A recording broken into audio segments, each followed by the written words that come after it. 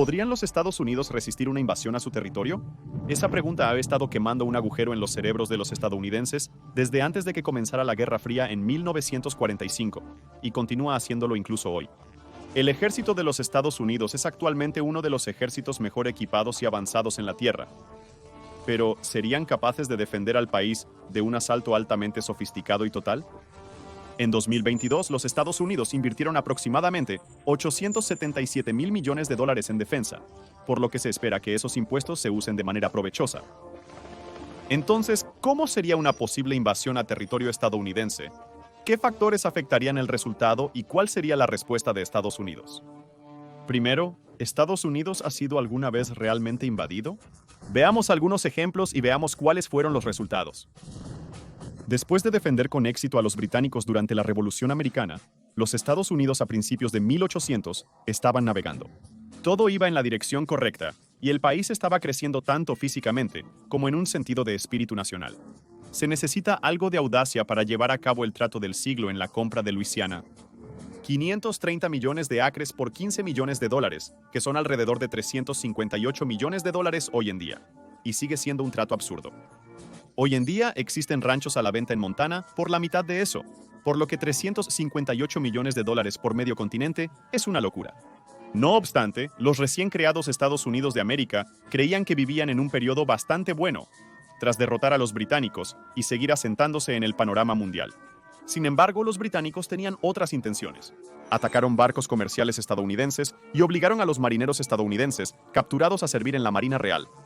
Así que los Estados Unidos declararon la guerra a Gran Bretaña para defender su honor. La guerra duró desde 1812 hasta 1815, y en realidad resultó en que los británicos atacaran, quemaran y ocuparan Washington, Distrito de Columbia. Las tropas británicas incendiaron gran parte de la ciudad, la Casa Blanca y el Capitolio incluidos.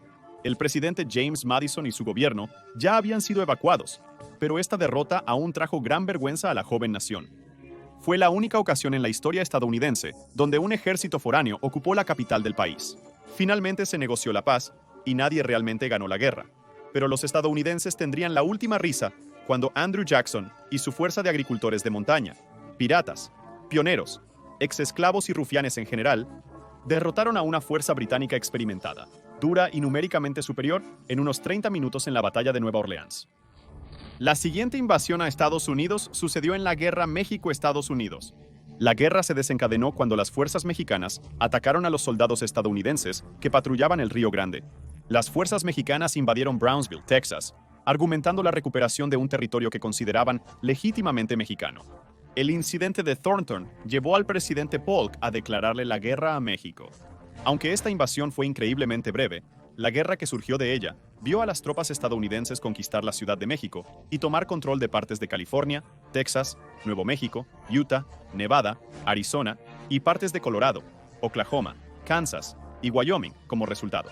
El próximo gran conflicto en Estados Unidos fue la Guerra Civil, pero lo omitiremos, ya que los Estados Unidos luchaba internamente.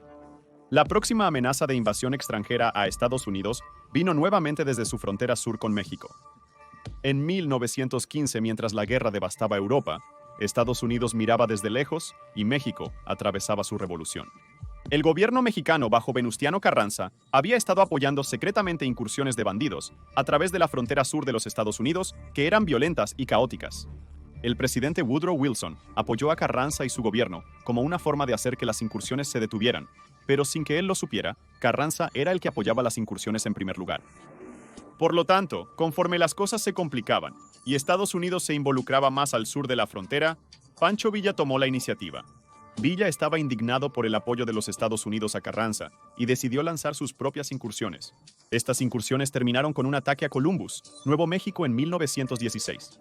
Villa dirigió personalmente el ataque y se dieron intensos combates entre sus fuerzas y el 13º Regimiento de Caballería de los Estados Unidos. Villa fue finalmente expulsado a México, desencadenando una invasión estadounidense para capturarlo. Estados Unidos venció a las tropas de Villa, pero no pudo capturarlo. Esto llegaría a ser conocido como la Expedición de Pancho Villa, liderada por nada menos que John Blackjack Pershing, quien alcanzaría una mayor fama en los últimos años de la Primera Guerra Mundial. México volvería a verse envuelto en una posible invasión, cuando los alemanes en la Primera Guerra Mundial intentaron que México lanzara una invasión a gran escala del sur de los Estados Unidos, si Estados Unidos entraba en la guerra contra Alemania. A cambio, se les prometió parte de su antiguo territorio en Texas, Nuevo México y Arizona. El gobierno mexicano los rechazó, pero esta comunicación se filtró y en realidad se convirtió en una de las justificaciones clave para que los Estados Unidos se unieran a la guerra.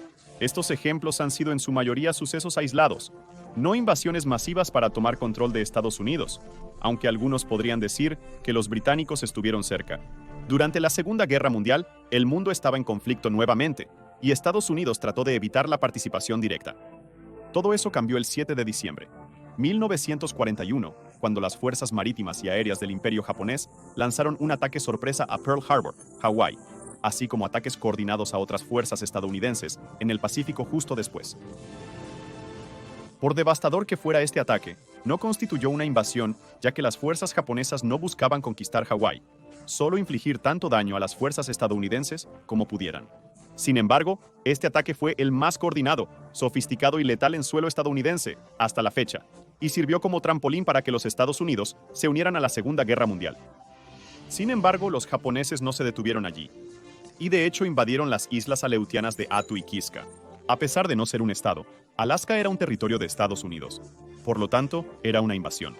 Las islas fueron ocupadas por japoneses desde junio de 1942 hasta agosto de 1943.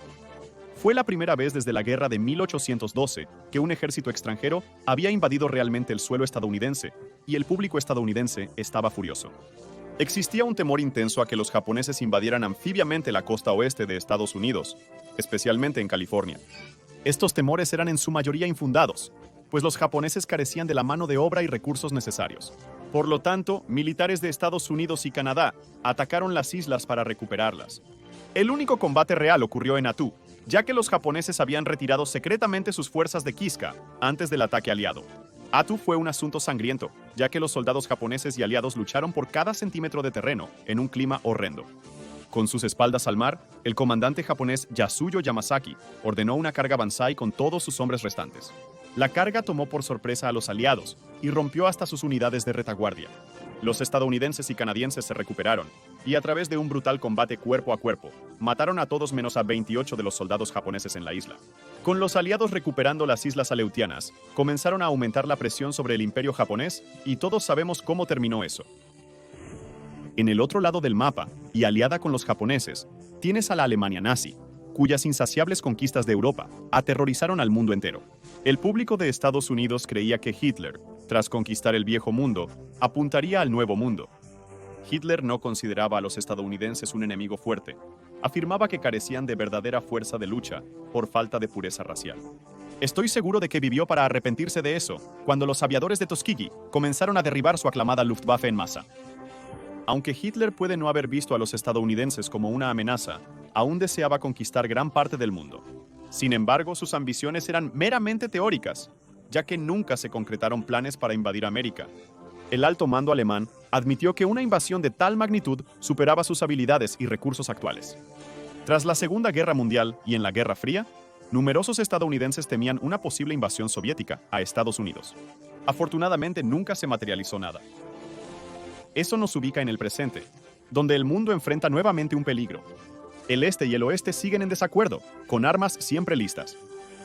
Si una potencia extranjera, quizás China o Rusia, decidiera lanzar una audaz invasión al territorio de los Estados Unidos, tendría que ser altamente sofisticada, coordinada y moverse a una velocidad aterradora. Esa es la única forma en que funcionaría, requiriendo que todas las piezas se muevan en perfecta sincronía entre sí. Pero en la guerra, las cosas rara vez salen según lo planeado. ¿Cómo sería una posible invasión? Esa es la pregunta con la que luchan los generales en el Pentágono, e incluso ellos no pueden decir con absoluta certeza cómo se desarrollarían las cosas. Aún así, el consenso es que vendría en forma de un asalto de armas combinadas con la mayor parte de la invasión, siendo un desembarco anfibio. Dada la fuerza aérea y marítima de los Estados Unidos, los enemigos deberían controlar el campo de batalla para tener alguna esperanza de éxito. Un ejemplo relevante se puede ver en la invasión de Normandía, donde los aliados pudieron asegurar la superioridad aérea y naval, dándoles la ventaja que necesitaban para hacer retroceder a los alemanes. Además, todas las campañas insulares estadounidenses en el teatro del Pacífico de la Segunda Guerra Mundial fueron desembarcos anfibios. Probablemente, estos desembarcos habrían sido masacres sin la supremacía aérea y naval de Estados Unidos. ¿Dónde golpearían primero los invasores extranjeros en Estados Unidos? Un probable asalto anfibio a los Estados Unidos vendría de la costa oeste, por ser la costa este más defendida debido a sus numerosas instalaciones militares y astilleros. Claro, la costa oeste también tiene fuerte presencia militar, así que es solo un poco mejor opción. Las tropas enemigas intentarían capturar tantos puertos de aguas profundas como fuera posible al desembarcar. La mayoría de las playas de Estados Unidos no están adecuadamente fortificadas contra invasiones anfibias, por lo que si se logra sorprender, el enemigo podría avanzar por el Hollywood Boulevard rápidamente. La captura de puertos como Los Ángeles, Long Beach, Oakland, Tacoma y Seattle sería absolutamente crucial para mantener una línea de suministro fuerte a medida que la invasión se adentrara en el interior. Sería la primera prioridad. Una vez que los invasores pudieran llevar suministros a tierra, necesitarían poder moverlos. Para hacerlo, probablemente capturarían tantos almacenes, armerías, logística, combustible y centros ferroviarios como puedan. Esto no solo aseguraría suministros para sus ejércitos, también negaría recursos a las fuerzas estadounidenses. Es posible que traigan sus propios vehículos de suministro, pero una invasión anfibia tan audaz como esta necesitaría moverse rápidamente y no estar sobrecargada con camiones masivos. Al menos no en la primera ola. Una vez establecida una cabeza de playa y base de suministros, las tropas pueden avanzar para eliminar bastiones y cercar grandes ciudades. Comenzaría el gran avance hacia el interior con el establecimiento de puntos de apoyo. Sería una lucha encarnizada. Sería un reto moverse hacia el este, pero más sencillo que lograr un exitoso desembarco de fuerzas anfibias. ¿Quién sabe hasta dónde podrían llegar los tanques en la autopista de las grandes llanuras antes de ser detenidos? El objetivo aquí es la sorpresa absoluta, la confusión y el miedo. Si las fuerzas invasoras pueden lograr esas cosas y establecer una base antes de que los Estados Unidos puedan responder adecuadamente, entonces podrían estar en serios problemas. Pero seamos claros, esta es una visión extremadamente optimista, en la que muchos factores tendrían que favorecer al invasor para tener alguna esperanza de éxito. Así que veamos qué factores disuadirían el éxito de una fuerza invasora. Primero está la geografía. Estados Unidos está rodeado de fosos incorporados. Los océanos Atlántico y Pacífico sirven como barrera natural contra posibles invasores. Durante siglos, estos océanos han disuadido a los posibles enemigos de siquiera pensar en invadir, solo debido a los desafíos logísticos de conseguir que tantos hombres y material estén en su lugar y cruzar el agua. Incluso hoy, lanzar invasiones anfibias es una tarea masiva, incluso para naciones avanzadas y ricas, por lo que la lista de quién podría lograr esto es bastante pequeña. Como se mencionó anteriormente, el lugar más probable para una invasión vendría de la costa oeste, ya que la costa este está más fuertemente defendida, y la ruta sur a través del Golfo de México tendría a las fuerzas invasoras rodeadas por tres lados por bases aéreas y navales estadounidenses. Sin mencionar que esta área del país tiene el potencial de sufrir devastadores huracanes la mitad del año. No son las condiciones perfectas para miles de hombres en barcos. Pregunta a los mongoles sobre su intento de invasión a Japón. Una vez en tierra, la geografía aún favorece a los defensores. Estados Unidos abarca desde desiertos hasta altas montañas y pantanos de tierras bajas. Esta variedad de terreno es la pesadilla de un atacante, ya que requerirá un conjunto diverso de equipos y habilidades para superar cada uno. Si las tropas invasoras se asientan en las montañas, desalojarlas será muy difícil. No obstante, si las tropas invasoras rebasan sus líneas de suministro en un mal momento del año, podrían no estar preparadas para el clima, y la madre naturaleza no muestra clemencia.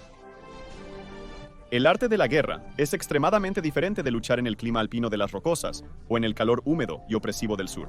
Así, si China o Rusia quisieran tomar Estados Unidos, necesitarían tropas bien entrenadas, acondicionadas y abastecidas para sostener su rápida ofensiva. Si no lo hacen, podrían quedar atrapados en una guerra prolongada. Las fuerzas guerrilleras han utilizado el terreno a su favor desde tiempos inmemoriales, y no sería diferente en los Estados Unidos. ¿Has manejado por las rutas secundarias de West Virginia o los pantanos de Luisiana? Entonces, como puedes ver, la geografía juega un papel masivo en el resultado de una invasión tanto para el atacante como para el defensor. Debemos reconocer que existen otras maneras de ingresar a Estados Unidos. ¿Y si los atacantes no atacan ninguna de las costas?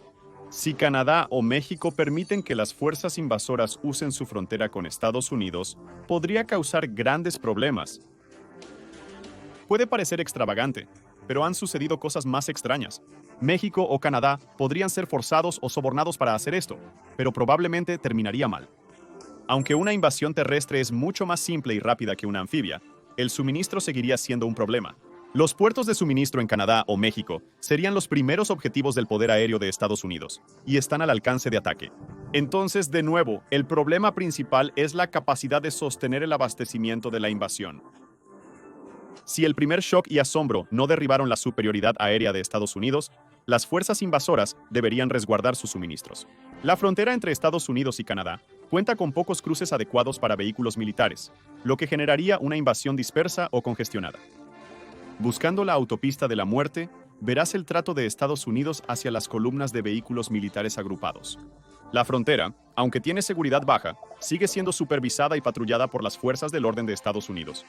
La frontera Estados Unidos-México está más controlada y regulada. Aunque las personas siguen cruzando ilegalmente, si miles de tropas se acumularan en algún país, es probable que la inteligencia de Estados Unidos lo notaría. La buena noticia es que Canadá y México mantienen buenas relaciones con Estados Unidos, beneficiándose todos del comercio. Eso nos lleva al siguiente factor que puede hacer o deshacer una invasión: la tecnología. ¿Recuerdas cuando hablamos de que el secreto es clave en todo esto? Para cualquier invasión de los Estados Unidos, los invasores tendrían que ser capaces de agrupar a sus tropas y suministros y moverlos a su posición en absoluto secreto. Afortunadamente, Estados Unidos cuenta con programas de satélites altamente avanzados y cruciales para la defensa nacional. Pueden usarse para detectar y seguir el movimiento de tropas, proporcionando a la inteligencia de Estados Unidos un aviso anticipado si ejércitos extranjeros acumulan tropas y equipo militar. Incluso tienen algo llamado el Programa de Apoyo a la Defensa, operado por la Fuerza Espacial de los Estados Unidos. Estos satélites son esenciales para la alerta temprana en defensa nacional, operando en órbitas geoestacionarias de 22.483 kilómetros. Pueden identificar lanzamientos de misiles, espaciales y explosiones nucleares. Además de la tecnología satelital, el ejército de los Estados Unidos también tiene enormes recursos en lo que respecta a radares y drones. Por ejemplo, la Marina de Estados Unidos posee su sistema propio llamado ROTHR, o radar relocalizable sobre el horizonte. Puede cubrir toda América Central, el Caribe y una gran parte de América del Sur. Si el radar está operativo, hay vigilancia sobre cualquier fuerza enemiga que se acerque. La industria de drones estadounidense expandió significativamente sus capacidades utilizando las guerras en Irak y Afganistán como laboratorio de pruebas. La función principal siempre ha sido la recopilación de inteligencia y la vigilancia, y esa función continúa creciendo con cada año que pasa. Todo esto indica que las habilidades de inteligencia y detección precoz de los Estados Unidos son extremadamente complejas y abarcan todas las zonas fronterizas de los Estados Unidos. Para que cualquier invasor tenga siquiera la más mínima esperanza de éxito, tendrían que jugar un poco sucio. Veamos nuestro próximo factor: métodos de ataque no ortodoxos. La guerra se está complicando, nadie puede negarlo. Antiguamente dos grupos se apuñalaban con hojas de metal. Ahora los países combaten en guerras proxy, en lugares remotos del mundo, para controlar el flujo de recursos a fabricantes y consumidores, manteniendo su estatus internacional. Se necesitan nuevas armas para enfrentar estas batallas cambiantes. Uno de los mayores peligros en los años venideros serán los ciberataques. Estos ataques pueden paralizar los sistemas informáticos gubernamentales y privados, cortar el acceso a Internet, deshabilitar plantas de agua y electricidad, además de alterar los sistemas de posicionamiento global de vehículos grandes como petroleros. Hay 1 millón de casos de uso, pero según la Agencia de Seguridad de Infraestructura y Ciberseguridad, el objetivo principal de la ciberguerra es debilitar, interrumpir o destruir a otra nación. El engaño en la guerra no es algo nuevo. De hecho, es uno de los aspectos más críticos de ella. Los aliados habrían sido arrojados de vuelta al mar en Normandía si no hubieran empleado un engaño complicado contra los alemanes y los hubieran convencido de que la invasión real iba a ocurrir en un lugar llamado Paso de Calais, más arriba en la costa. Este engaño hizo que Hitler tardara en usar sus reservas de Panzer, dándole tiempo a los aliados para establecer una cabeza de playa y combatir a los alemanes. Entonces, si un ejército invasor quisiera acercarse a los Estados Unidos en secreto, seguramente tendrían que emplear algún nivel de ciberataques para darse una oportunidad. Un método de ataque no convencional podría ser un pulso electromagnético. Esto es esencialmente una breve ráfaga de energía electromagnética. Estos han sido armados y podrían ser adjuntados a misiles u otros métodos similares de entrega. Una vez detonados, estos pulsos electromagnéticos sobrecargarían y apagarían las redes eléctricas, al mismo tiempo que degradarían o destruirían todo tipo de tecnología. Esto podría incluir desde teléfonos móviles hasta motores de automóviles y generadores. Un pulso electromagnético es una forma rápida y fácil de quitar la ventaja tecnológica de un oponente y retroceder el reloj a antes de la revolución industrial. Así que mientras América estaba ciega y sorda para el mundo exterior, tratando de averiguar qué pasó, un ejército invasor podría usar el caos como la oportunidad perfecta para atacar. Dejando a un lado la tecnología, otro método más práctico para preparar un área para la invasión es el buen viejo sabotaje militar. No es un secreto que el poder aéreo y naval de los Estados Unidos no tiene igual, por lo que si una fuerza invasora quisiera nivelar el campo de juego, infiltraría agentes que llevarían a cabo ataques coordinados contra las instalaciones aéreas y navales de los Estados Unidos en las horas previas al inicio de la invasión. Sé lo que piensas ahora. Esas instalaciones tienen niveles extremos de seguridad, y tienes razón, pero eso no significa que sean impenetrables. Aquí hay otro ejemplo de Normandía. La resistencia francesa fue crucial para el éxito de la invasión. Sin los intentos de sabotaje a las redes alemanas de comunicación y ferrocarriles, la ofensiva podría haber fracasado. Algún nivel de sabotaje militar podría ser uno de los factores decisivos en el resultado de una posible invasión. Como una vez dijo el filósofo chino Lao Tse, no hay mayor peligro que subestimar a tu oponente. En tácticas de batalla, nada es más sencillo o efectivo que dividir y conquistar. En la era actual de guerras por proxy y ciberataques, las armas bélicas cambian constantemente. Con cada nueva invención, hay un breve periodo en el que las personas la utilizan para el bien y el mejoramiento general de la raza humana, pero inevitablemente se convierte en un arma. Por ejemplo, el vuelo inicial fue en 1903 y en 1911 los aviones ya eran armas. En agosto de 1945, 2 bombas atómicas fueron lanzadas sobre Japón desde un bombardero. Desde el primer vuelo hasta el lanzamiento de bombas capaces de arrasar ciudades, solo pasaron 42 años. No es raro que el Internet, con todos sus beneficios, pueda volverse un arma. La difusión de desinformación o propaganda directa puede dividir efectivamente a una población y causar conflictos entre familiares y amigos. Una potencia extranjera podría usar el Internet como arma para sembrar gran división en los Estados Unidos. Un país dividido y débil que no sabe qué creer sería mucho más fácil de conquistar que uno que está unido y fuerte. Ahora, toda esta charla de sabotaje y ciberataques asume que la fuerza invasora quiere someter a los Estados Unidos y conquistarlo para gobernarlo. ¿Y si sus intenciones son más maliciosas que eso? ¿Y si solo quieren quemarlo todo y gobernar las cenizas? La guerra biológica es un escenario de pesadilla para el mundo, y esperemos que nunca suceda realmente. Según la Organización Mundial de la Salud, las armas biológicas y tóxicas son microorganismos como virus, bacterias u hongos, o sustancias tóxicas producidas por organismos vivos que se producen y liberan deliberadamente para causar enfermedades y muerte en humanos, animales o plantas. Armar el ántrax, la peste o algo similar causaría cantidades incontables de muerte y sufrimiento a toda América del Norte. Las enfermedades no respetan fronteras. Esperemos que ningún país sea tan malvado para infligir este grado de sufrimiento a sus semejantes. Entonces, siguiendo esta fatal progresión, tienes armas nucleares. Si una potencia extranjera ignora las consecuencias de sus acciones, podría considerar el uso de armas nucleares para eliminar la resistencia en Estados Unidos. De nuevo, todo lo que lograría sería gobernar tierras diezmadas y huesos irradiados.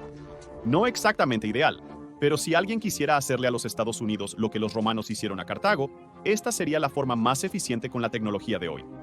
Pero quizás el factor más importante en todo esto es el propio ejército de los Estados Unidos. El ejército de los Estados Unidos es uno de los más avanzados, altamente entrenados y equipados del mundo, y puede hacer valer su peso cuando lo considera necesario. Actualmente existen más de 750 bases militares estadounidenses a nivel mundial. La presencia global de los Estados Unidos no puede ser subestimada, pero también tiene entre 450 a 500 bases o ubicaciones en los Estados Unidos. El poder aéreo y naval de Estados Unidos es esencial en una invasión anfibia inicial, por lo que proteger y mantener listos estos recursos para luchar es una prioridad para los planificadores de defensa de Estados Unidos. Con alrededor de 1.4 millones de miembros del servicio en activo, los Estados Unidos son actualmente el tercer ejército más grande del mundo. Cualquier invasión de los Estados Unidos tendría que lidiar con un gran número de tropas en servicio activo en el país, así como con unos 450,000 miembros de la Guardia Nacional, que pueden ser convocados en cualquier momento. Un factor clave sería cuán efectivamente los Estados Unidos podrían traer de vuelta a las tropas de bases en todo el mundo para luchar en defensa de su patria. En comparación, China tiene más de 2 millones de soldados en servicio activo, con muchos más en reserva. Rusia tiene alrededor de 2.2 millones de miembros del servicio, con sus números en constante fluctuación debido a los constantes combates en Ucrania. Las crecientes bajas han hecho que los rusos recluten a muchos de sus ciudadanos que de otra manera no estarían en el ejército. Su nivel de entrenamiento, el equipo que llevan y su efectividad en el campo de batalla varían enormemente entre las diferentes unidades. En términos de una batalla terrestre por números, debería ser una pelea cerrada con ventaja para Estados Unidos gracias a su marina. La Marina de los Estados Unidos es ampliamente considerada como la mejor y más poderosa del mundo. Su combinación de buques de guerra, submarinos y flota de portaaviones la hacen un adversario temible. La presencia mundial de la Marina de Estados Unidos y su poder de fuego actúan como un fuerte disuasivo para posibles enemigos. Es realmente malo para quien intente organizar y ejecutar una invasión anfibia. Como una vez dijo el presidente Teddy Roosevelt, una buena marina no es una provocación a la guerra, es la garantía más segura de paz. Además de las unidades de servicio activo y la Guardia Nacional, los Estados Unidos poseen una ventaja única frente a otros países. Los ciudadanos de los Estados Unidos son el país más bien armado del mundo. Se estima que hay cerca de 390 millones de armas en Estados Unidos actualmente. Eso es alrededor de 120 armas por cada 100 personas. Como sabes, hoy todos opinan sobre la tenencia de armas, y tienen derecho, pero podrían ser útiles ante una invasión masiva de una potencia extranjera. Probablemente, si se da la oportunidad, las milicias armadas de ciudadanos estadounidenses podrían realizar operaciones de guerra de guerrillas contra invasores. Aunque no está verificado que el almirante Yamamoto del Imperio japonés supuestamente dijo, «Nunca podemos invadir América». Habría un rifle detrás de cada brizna de hierba. Aunque tal vez no la haya dicho, sin duda refleja la verdad. Observando ejemplos recientes de combate de cada nación, podemos tener una idea de cómo podría desarrollarse esto. Iniciemos con Estados Unidos. Con más de un siglo en guerras prácticamente continuas, su ejército es un gigante de experiencia en combate. En los últimos 20 años, Estados Unidos ha participado en 2 guerras, pero sin victorias claras. Sin embargo, la experiencia de batalla adquirida, desde generales en el Pentágono hasta fusileros, será útil para Estados Unidos en las próximas décadas. La tecnología de armas en esas guerras ha sido probada y refinada a través del ensayo y error de alto riesgo, que es el combate. No es un secreto que los Estados Unidos son el principal fabricante de armas en el mundo. Después de finalmente abandonar Afganistán en 2021, lo cual fue un desastre, el ejército de los Estados Unidos está pasando por una fase similar a lo que sucedió después de Vietnam. Se está reduciendo y reorganizando. Este nivel de experiencia contrasta fuertemente con el de China. No han combatido en una guerra verdadera desde 1979, en el conflicto entre Vietnam y Camboya. La guerra duró aproximadamente un mes y no tuvo un ganador claro. Así que incluso si alguno de los hombres que lucharon en esa guerra aún está vivo, fue hace 45 años a partir de 2024 y serían un poco mayores. Implica que todos los hombres alistados, oficiales junior y muchos oficiales superiores, carecen de experiencia en combate real. Eso es un gran inconveniente para cualquier ejército en guerra. Hasta que las balas comiencen a volar, no tenemos idea de cómo reaccionará realmente el ejército chino. El ejército ruso ha luchado en múltiples conflictos regionales desde la caída de la Unión Soviética, especialmente contra Chechenia, Dagestán y Georgia. Esos fueron de menor escala y contra fuerzas comparativamente inferiores. No fue hasta la invasión rusa de Ucrania en febrero de 2022 que el ejército ruso tuvo su temple probado adecuadamente. A menos que hayas estado en reclusión, probablemente sepas algo de lo que sucede en Ucrania. Durante los primeros días de la invasión, Rusia inicialmente se adentró profundamente en las defensas ucranianas, causando grandes avances con su armadura superior. Sin embargo, los ucranianos mantuvieron su posición con un poco de ayuda de las armas occidentales y empujaron a los rusos a un punto muerto. Ambos lados están atrincherados. Las ganancias territoriales son mínimas, pero las bajas aumentan. Rusia sigue bombardeando ciudades ucranianas y Ucrania ataca barcos e infraestructuras rusas con drones. Este es el conflicto más grande y destructivo que Europa ha visto desde la Segunda Guerra Mundial, y hasta la producción de este video no parece que vaya a terminar pronto. El ejército ruso ha tenido éxitos, pero también ha enfrentado más luchas de lo esperado por muchos. La agitación civil por las órdenes de reclutamiento y el rechazo a la guerra intensifican la turbulencia en el frente interno ruso. ¿Volvió el espectro de 1917? Las paralelas son inquietantes y no pueden desestimarse. Estancamientos, guerra de trincheras, disturbios y un gobierno opresivo dispuesto a todo para mantenerse en el poder. Lo único que te falta es un santo hombre borracho y místico llamado Rasputín. Solo el tiempo dirá si las cosas siguen como en 1917, pero es seguro que se derramará más sangre sin importar cómo caigan las fichas. Por supuesto, todo esto es especulativo, así que nadie puede decir con absoluta certeza cómo iría una invasión de los Estados Unidos. Eso es la guerra. Los vencedores suelen ser audaces e inesperados. Actualmente, Estados Unidos es uno de los países más seguros en la Tierra. Sus ventajas geográficas, como dos enormes océanos a cada lado, lo aíslan de las invasiones terrestres tradicionales y hacen que una invasión anfibia sea una de las pocas opciones viables disponibles para los posibles invasores. Las invasiones son difíciles de ejecutar exitosamente. Incluso con la tecnología que tenemos a nuestra disposición hoy en día, una fuerza de invasión todavía tiene que reunir a sus tropas en posición y llegar a las playas. Como lo demostró Normandía, la sorpresa y el engaño son claves en el resultado de invasiones. No obstante, el eje no contaba con satélites espías ni drones para vigilar cada acción de los aliados.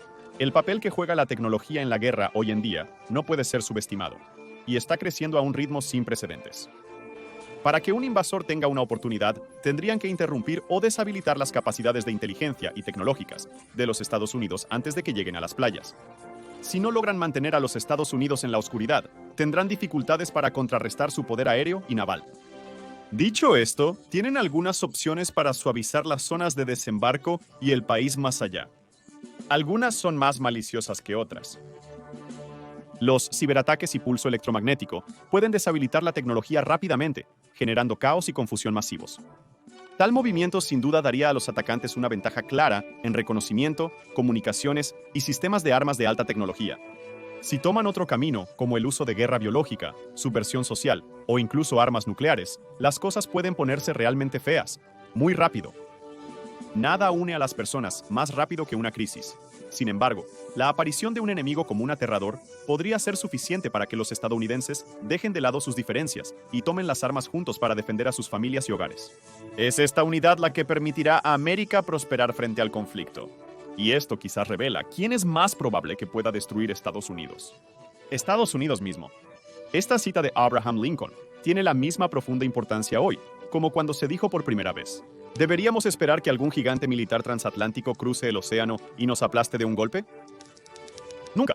Todos los ejércitos de Europa, Asia y África combinados, con todo el tesoro de la tierra, aceptado como propio, en su cofre militar, con un hueso aparte para un comandante, no podrían por la fuerza tomar un trago del Ohio o dejar una huella en la Cordillera Azul en un juicio de 1000 años. ¿En qué momento, entonces, se espera la aproximación del peligro? Respondo: si nos alcanza, debe surgir entre nosotros. No puede venir del exterior. Si nuestro destino es la destrucción, debemos ser su autor y final. Como nación libre, debemos perdurar en el tiempo o morir por suicidio. Debería quedar claro para todos los que observan que cualquier tipo de guerra entre las tres principales militares del mundo, o una invasión a los Estados Unidos, terminaría en un desastre y muerte sin mitigación para millones, posiblemente incluso miles de millones. Si te gustó este video, ahora mira ¿por qué el ejército de los Estados Unidos tiene bases en todas partes? O este otro video que podría gustarte. Gracias por ver.